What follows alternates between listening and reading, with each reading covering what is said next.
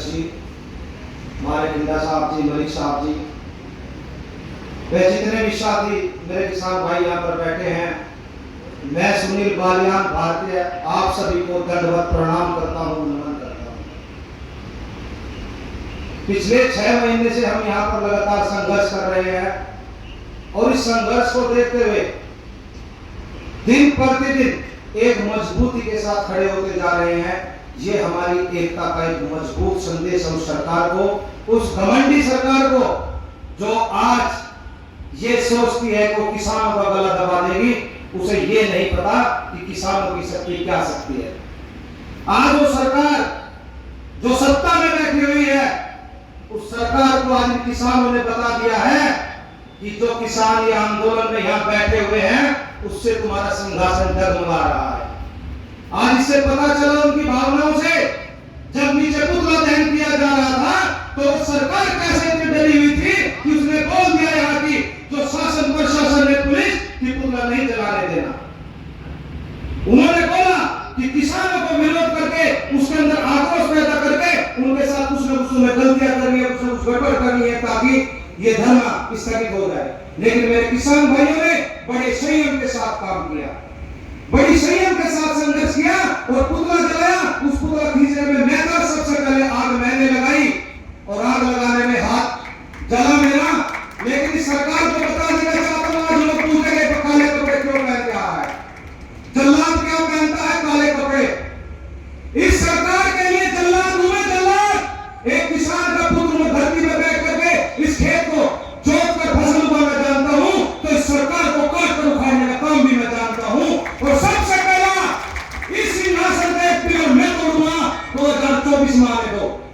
कब पता चलेगा जब 2024 के इलेक्शन होंगे कि पहले सिंहासन की किसने निकाली थी। ये सरकार आज घमंडी होकर के इस किसान का गला रोक रही है बैठ करके और ये कहती है कि किसान ये नकली किसान है। मीडिया बता रही है ये देखो टिकट पे होंगे।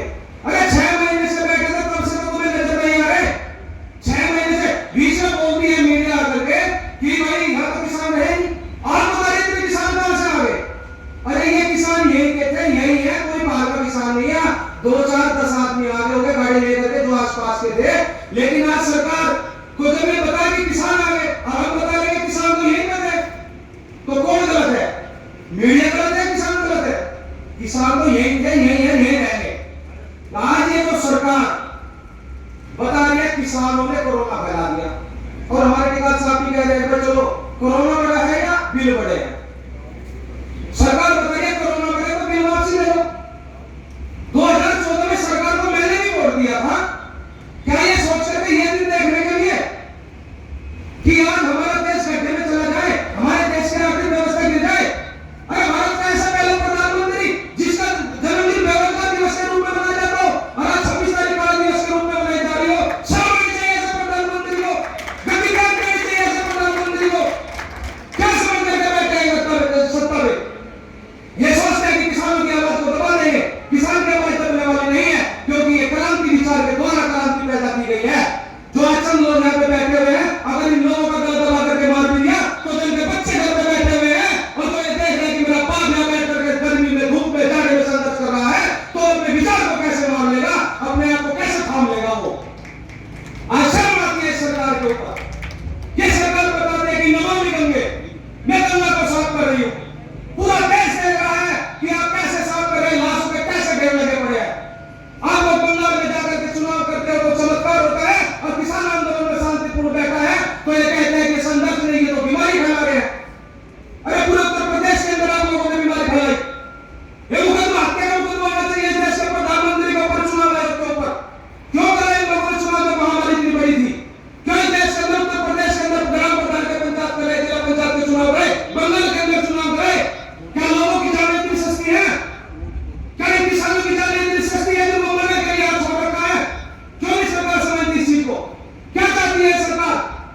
इस सरकार को करारा जवाब मिलेगा, समय आते ही करारा जवाब मिलेगा। जैसे बंगाल में जवाब मिला है ऐसे उत्तर प्रदेश के अंदर जवाब मिलेगा और ऐसे 2024 में केंद्र सरकार में जवाब मिलेगा। आज अपने आप को अगर समझती है तो निरंकुश हो बैठी है।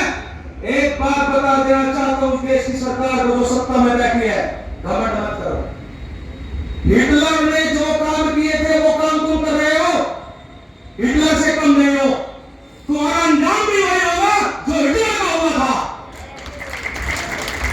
आज का दिवस मनाया गया, पूरे देश में मनाया जा रहा है। सत्ता के लिए खड़ा जो आ रहा है, मुझे पता चल रहा है सभी को। और मैं तो एक ही बात हमेशा कहता हूं अक्सर, कि भरा नहीं जो भाव से और बहती जिसमें रसधार नहीं, भरा नहीं जो भाव से बहती जिसमें रसधार नहीं, अरे हिंदन नहीं वो पत्थर है जिसमें किसान के प्रति प्यार नहीं। आज ये सरकार यहां बैठ करके हमें ये बताना चाहती है कि हम लोग गुंडे हैं, काले कपड़े हमने पहन लिए, विरोध कर लिया, तो वे बताते कि हम किसान नहीं है। अरे मोदी जी, मैं आपसे पूछना चाहता हूं, इस देश के प्रधानमंत्री हो जिसने अपनी मां की पूजा न हुई हो उसका अकेले कमरे में डाल रखा है, और जिसने अपनी बीवी न रखी गई हो, वो इस देश की जनता की क्या सेवा करेगा? आज हमें पता है हमारे माँ बाप ने हमें संस्कार अच्छे दिए थे, हम अपने माँ बाप की सेवा कर रहे हैं, वृद्धाश्रम में नहीं छोड़ जा रहे। उसके बाद वो मां बैठी है, देश के प्रधानमंत्री की क्या वृद्धाश्रम से कम बैठी है वो? आज जो उसकी पत्नी उसको छोड़ के बैठी है, ये कौन सा इंसाफ है, कौन सा न्याय है उस औरत के लिए? उसने क्या गुनाह किया था? इसने बच्चे इंसान से शादी करके क्या यही दिन देखने के शादी की थी? उसने अपना पूरा जीवन त्याग दिया। और ये व्यक्ति इस देश की जनता को ऐसी मानना चाहता है, क्यों? आखिर क्यों? क्या किया इस जनता ने उसको बुरा? अरे इस जनता ने तो उसको वोट देकर, जनाधार देकर इस देश का प्रधानमंत्री बना था। इसलिए नहीं बना था कि इस देश के युवा बेरोजगार हो जाए, इस देश इसलिए नहीं बना था इस देश के किसान फुटपाथ पे आ जाए, इसलिए नहीं बना था कि सारे मजदूर अपने घर जाए, बार बार परेशान रहे। जब पिछले साल कोरोना आया था तो सरकार ने कौन सी तैयारियां की थी? पिछले साल आया था कोरोना, तैयारी की थी इसने, लेकिन आप लोगों की जान बचाने की तैयारी नहीं की थी। अपना चुनाव बंगाल में लड़ने की और दिल्ली को नीचे उतारने की तैयारी की थी उस समय। आज उस चीज का पता चलता है। अगर सरकार इस चीज की तैयारी करती कि दोबारा भी हो सकता है, अब तिबारा भी बता रहे, तिबारा भी कोरोना आ सकता है, तो कहां है वो तैयारियां? वो चुनाव लड़ रहे थे, हम लोग जान की भीख मांग रहे थे, मुझे कोरोना हुआ, मेरे बाप को कोरोना हुआ, मेरी मां को कोरोना हुआ।